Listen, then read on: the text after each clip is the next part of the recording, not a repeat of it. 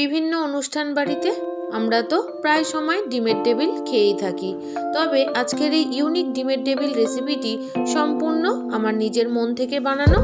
নমস্কার বন্ধুরা, সতীশনাস ফ্যামিলি কিচেনে আপনাদের সবাইকে স্বাগতম। আমার আজকের রেসিপিটি যদি আপনাদের ভালো লেগে থাকে তাহলে অবশ্যই একটা লাইক করে দেবেন, কমেন্ট করে জানাবেন। আর যদি চ্যানেলে নতুন বন্ধু হয়ে থাকেন তাহলে প্লিজ চ্যানেলটি সাবস্ক্রাইব করে পাশে থেকে যাবেন। আমার সকল বন্ধুদের জানাই অনেক অনেক শুভেচ্ছা, ভালোবাসা ও অভিনন্দন। তাহলে চলুন শুরু করা যাক। এখানে আমি নিয়ে নিয়েছি 5টা ডিমটাকে ভালোভাবে সেদ্ধ করে নেব। এবার আমি একটা পেস্ট বানিয়ে নেব। এখানে আমি দিয়ে দিলাম 2 টুকরো আদা, সাথে দিয়ে দিলাম 4টে কাঁচা লঙ্কা, আর দিয়ে দেব 4 কোয়া বড় সাইজের রসুন। আপনাদের কাছে যদি ছোট কোয়ার রসুন থাকে সেক্ষেত্রে আপনারা 7 থেকে 8টা ব্যবহার করবেন। দিয়ে দিলাম একটা ছোট সাইজের পেঁয়াজকে 4 টুকরো করে মিক্সিং বোলের মধ্যে। সাথে দিয়ে দিলাম বেশ খানিকটা পরিমাণ ধনেপাতা। এই রেসিপিতে ধনেপাতাটা কিন্তু অবশ্যই দিতে হবে। সাথে দিয়ে দিলাম 1 চামচের মতো গোটা গোলমরিচ। কোনো রকম পুর বানানোর ঝামেলা ছাড়াই কিন্তু আজকের এই রেসিপিটা আমি বানিয়ে দেখাচ্ছি বন্ধুরা। দেখুন পেস্টটা বানিয়ে নেওয়া হয়ে গেছে। এবার আমি এটা মিক্সিং বোলের মধ্যে ঢেলে নিলাম। এর মধ্যে আমি দিয়ে দেব 2 চামচের মতো বেসন, সাথে দিয়ে দিচ্ছি 1/2 চামচের মতো চিকেন মশলা। তবে এই মশলাটা পুরোপুরি অপশনাল, যদি না থাকে না দিলেও কোনো অসুবিধা নেই। সাথে দিয়ে দিলাম পরিমাণ মতো নুন। এবার খুব ভালোভাবে মিশিয়ে নেব। বন্ধুরা, আমরা যে কোনো অনুষ্ঠান বাড়িতে তো ডিমের টেবিল যখন খাই তার মধ্যে আলুর পুর থাকে। তবে আমি কোনো রকম আলুর পুরের ঝামেলা ছাড়াই আজকের ডিমের টেবিল আপনাদের বানিয়ে দেখাবো। দেখুন ডিমগুলো আমি খুব ভালো করে সেদ্ধ করে নিয়েছি। এবার আমি ডিমগুলোকে অর্ধেক করে নেব। বন্ধুরা, এই ইউনিক ডিমের টেবিল রেসিপিটি যদি আপনাদের ভালো লেগে থাকে তাহলে কিন্তু অবশ্যই একটা লাইক করে দেবেন, আর একটা ছোট্ট কমেন্টের মাধ্যমে জানাবেন যে রেসিপিটি আপনাদের কেমন লাগলো। সব কটা ডিমকেই আমি কিন্তু অর্ধেক করে নিচ্ছি। বন্ধুরা, এইভাবে যদি ডিমের টেবিল বানান আশা করি আপনাদের বারবার বানাতে ইচ্ছা করবে, এতটাই দুর্দান্ত খেতে হয়। দেখুন সব কটা ডিম কিন্তু আমি অর্ধেক করে নিয়েছি। এবার যে মশলাটা আমি বানিয়ে রেখেছিলাম সেই মশলার মধ্যে ডিমগুলো ম্যারিনেট করে নেব। তবে ডিমগুলো একটু সাবধানেই ম্যারিনেট করতে হবে। একটা একটা করে আমি নেব আর মশলাগুলো মাখিয়ে সাইডে রেখে দেব। সব কটা ডিম কিন্তু একসাথে ম্যারিনেট করব না, তাহলে মশলার সাথে ডিমের কুসুমগুলো লাগা হয়ে যেতে পারে। তাই আমি খুব সাবধানে এটা একটা একটা করেই লাগিয়ে নেব মশলাগুলো। বন্ধুরা, আমি যেভাবে করছি আপনারাও কিন্তু অবশ্যই এইভাবেই করবেন। আর দেখুন আমি কিন্তু ডিমের মধ্যে মশলা লাগিয়ে যেদিকে কুসুম আছে সেদিকটা ওপরের দিকে রাখছি।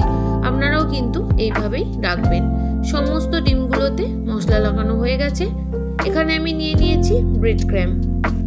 আপনারা যদি এই ধরনের ব্রেড ক্রাম্ব না পান সেক্ষেত্রে আপনারা পাউরুটিকেও কিন্তু মিক্সিং বোলের মধ্যে দিয়ে গুঁড়ো করে নিতে পারেন। এখানে আমি নিয়ে নিয়েছি বেশ কিছুটা পরিমাণ ময়দার গুঁড়ো। এবার এর মধ্যে আমি দিয়ে দিচ্ছি 3 থেকে 4 চামচের মতো যে মশলা বানিয়েছিলাম সেই মশলা, আর পরিমাণ মতো নুনটা আমি আগেই দিয়ে নিয়েছিলাম। এবার অল্প করে জল দেব আর মেশাতে থাকবো। তবে একদম পাতলা ব্যাটার বানাবো না, একটু ঘন ব্যাটারই বানাতে হবে। আর বন্ধুরা, আমি যে ডিমটা ম্যারিনেট করে রেখেছিলাম এই যে 3 চামচের মতো আমি মশলা দিলাম, সেটা কিন্তু ম্যারিনেট করে রাখা থেকেই দিয়েছি, কারণ মশলাগুলো লাস্টে বেঁচে যাবে, তাই সেখান থেকেই আমি দিয়েছি। দিয়ে খুব ভালোভাবে দেখুন ব্যাটারটা আমি মিশিয়ে নিলাম। এবার একটা করে ডিম নেব আর ব্রেড ক্রাম্বের মধ্যে কোট করে নেব। তবে বন্ধুরা, ডিমের ওপরের অংশে অবশ্যই কিন্তু ধনেপাতার মশলা যেন বেশ কিছুটা পরিমাণ করে থাকে, তবেই কিন্তু খেতে ভালো লাগবে। যেহেতু আমি আলুর পুর ছাড়া বানাচ্ছি, অবশ্যই কিন্তু ম্যারিনেট করে রাখা মশলা ডিমের ওপরের অংশে অবশ্যই লাগিয়ে তারপরেই ব্রেড ক্রাম্বের মধ্যে কোট করে নেবেন। আপনারা দেখতেই পাচ্ছেন যে ডিমের ওপরের অংশে বেশ অনেকটা পরিমাণ করেই মশলা আমি দিয়েছি। তারপরে কিন্তু ব্রেড ক্রাম্বের মধ্যে কোট করছি, তবে এই ডিমগুলো আমি ডবল কোট করব। প্রথমে আমি সব কটা ডিমকে সিঙ্গেল কোট করে নিচ্ছি, তারপরে আমি ডবল কোট করব।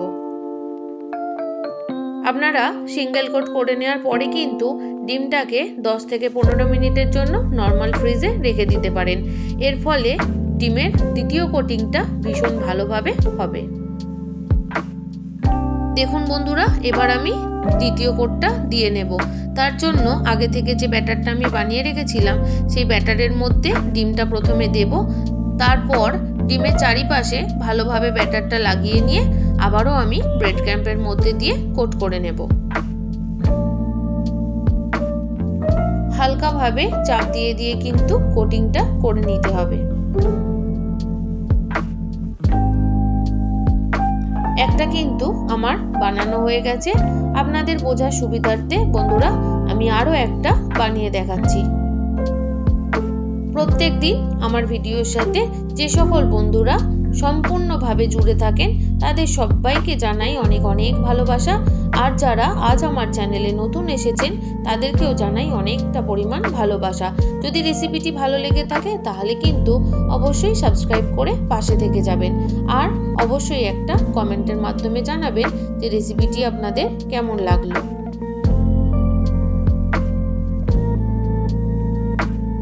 তাহলে বন্ধুরা এইভাবে আমি সমস্ত ডিমগুলোকে ডবল কোট করে নিয়ে ফেরত আসছি।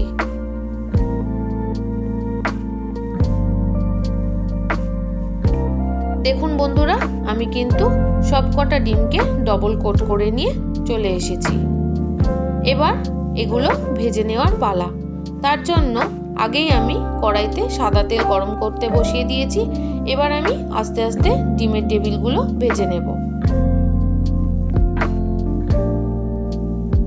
বন্ধুরা, আলুর পুর ছাড়া ইউনিক এই ডিমের টেবিল রেসিপিটি যদি আপনাদের ভীষণ ভীষণ ভালো লেগে থাকে তাহলে কিন্তু আরও অন্য বন্ধুদের সাথে শেয়ার করে দেবেন। গ্যাসের ফ্লেমটা কমিয়ে দিয়ে ডিমের টেবিলগুলো আমি একদম মুচমুচে করে ভেজে নেব। দেখুন একদিক হালকা ভেজে নেওয়া হয়ে গেছে, এবার আমি উল্টে দিচ্ছি। ডিমের টেবিলগুলো যত আস্তে আজে বেশি সময় ধরে ভাজা যাবে ততই কিন্তু মুচমুচে বেশি হবে। সমস্ত টেবিলগুলো আমি উল্টে দিলাম। এবার এই সাইডটাও লাল হয়ে আসা পর্যন্ত অপেক্ষা করব। দ্বিতীয় সাইডটাও কিন্তু লাল হয়ে গেছে। এবার আমি আস্তে করে উল্টে দেব। সাথে আমি গ্যাসের ফ্লেমটা কিন্তু মিডিয়ামে করে দিয়েছি। এবার বেশ কয়েকবার উল্টে পাল্টে লাল লাল করে ভেজে নেব।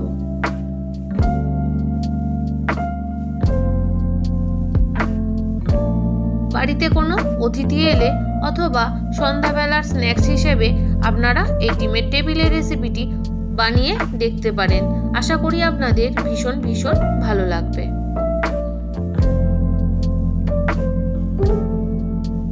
কথা বলতে বলতে ডিমের টেবিলের দুই সাইড কিন্তু লাল লাল মুচমুচে করে ভেজে নেওয়া হয়ে গেছে।